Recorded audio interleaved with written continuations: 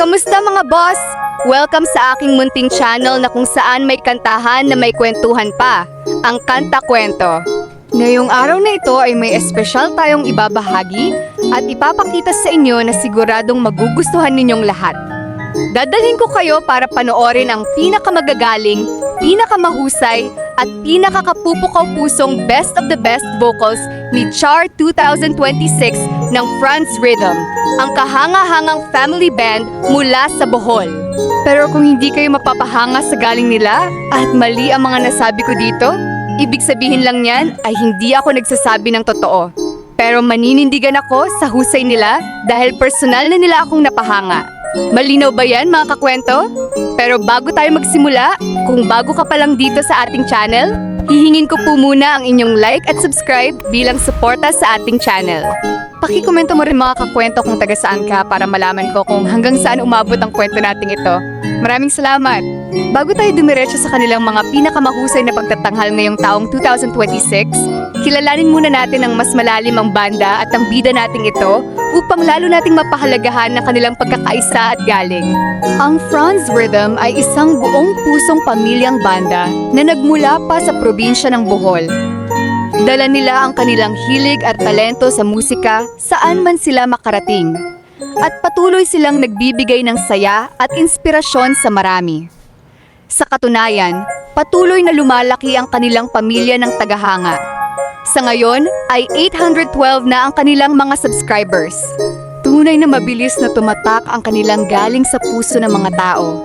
At ngayon, kilalanin naman natin ang isa sa pinakamahalagang bumubuo rito, si Charilu Birad, o mas kilala at mahal nating tawaging Char. Siya ay pangalawa sa 3 anak ng mag-asawang Arlene at Francisco Birad. Hindi lang basta mga awit si Char. Siya ay bihasa bilang keyboardist, vocalist, at pati na rin drummer. Isang bihirang talento na kayang gampanan ang iba't ibang mahihirap na tungkulin sa banda ng may husay at galing. Kakagraduate pa lamang niya ngayon ng grade 12, kaya naman patunay ito na kaya niyang pagsabayin ng maayos ang pag-aaral at ang kanyang pagmamahal sa musika. Napakalinaw, puno ng damdamin at talagang tumatatak sa puso ang kanyang boses. Pero higit pa doon, nakakamangha kung paano niya isinasabay ang pagtugtog ng keyboard o pagpalo sa drums habang umaawit. Walang kaba, puno ng tiwala sa sarili, at buong pusong ibinibigay ang bawat pagtatanghal. Mula pa noong bata pa siya, kasama na niya ang kanyang pamilya sa paghubog ng kanilang banda. Ang pagkakaisa nila bilang mag-anak ang nagbibigay ng kakaibang ganda at damdamin sa bawat kanta nilang inaawit at tinutugtog. Kaya mga kakwento, handa na ba kayong mamangha at maantig? Tara na't panoorin at damhin natin ang pinakamahuhusay na boses at pagtatanghal ni Char para sa taong 2026. Pakinggan at tingnan natin dito kung paano niya ipinapakita ang kanyang galing. Bawat nota ay nagtutugma, puno ng damdamin, at talagang tumatatak sa puso. Hindi ba't hindi mo aakalaing sa ganitong edad ay ganito kalawak ang kanyang kakayahan? Tara na nga at panoorin natin hanggang dulo, mga kakwento. Let's do this!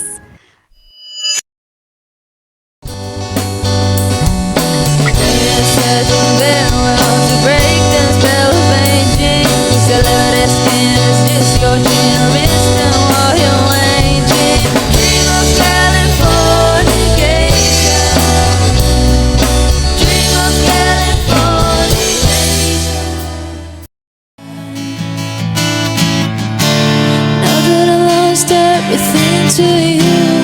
You say you wanna start something new, and it's breaking my heart you're leaving. But if you wanna leave, take good care. Hope you have a lot of nice things to wear. Stand bad out there. Oh baby, baby, it's a wild world. It's hard to get back. Some folks are born, made to wave a flag. They red, white, and blue.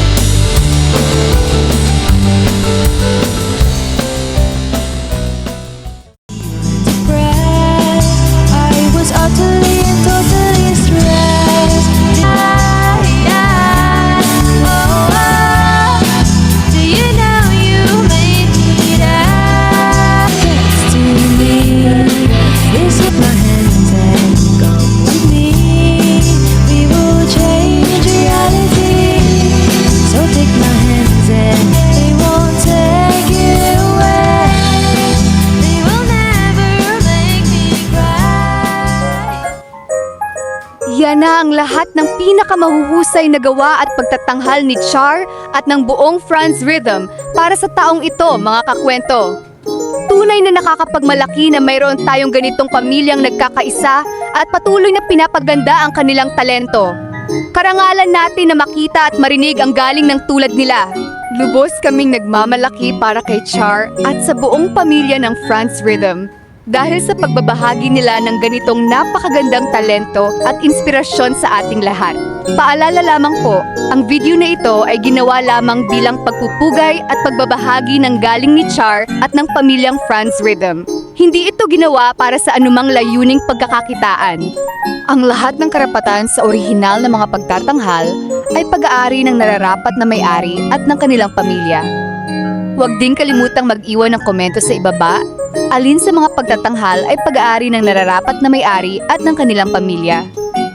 Kung nagustuhan ninyo ang ating pinakita ngayon, at kung bago ka pa lang dito sa ating channel, hihingin ko po muli ang inyong like at subscribe bilang suporta sa ating channel. Pakikomento mo rin mga kakwento kung taga saan ka para malaman ko kung hanggang saan umabot ang kwento nating ito. Maraming salamat! At sana mga kakwento ay mag-join kayo sa ating membership. Ito'y 25 pesos lamang upang ma-access nyo ang ating mga special emoji para sa comment section at mga early access sa ating mga content at marami pang iba.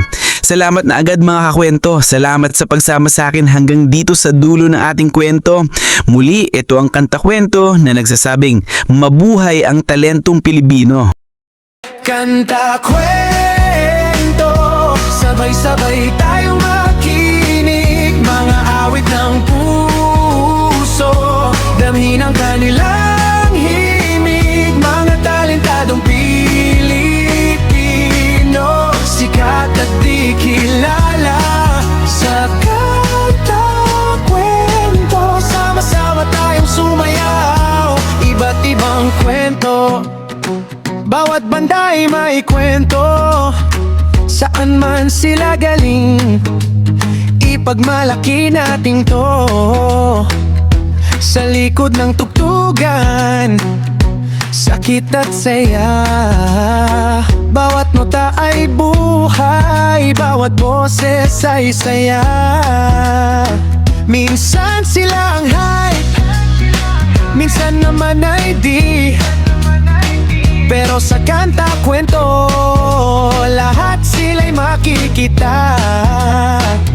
Sa bawat episode, ating alamin mga pangarap nila, sama-sama nating buhayin. Kanta Kwento, sabay-sabay tayong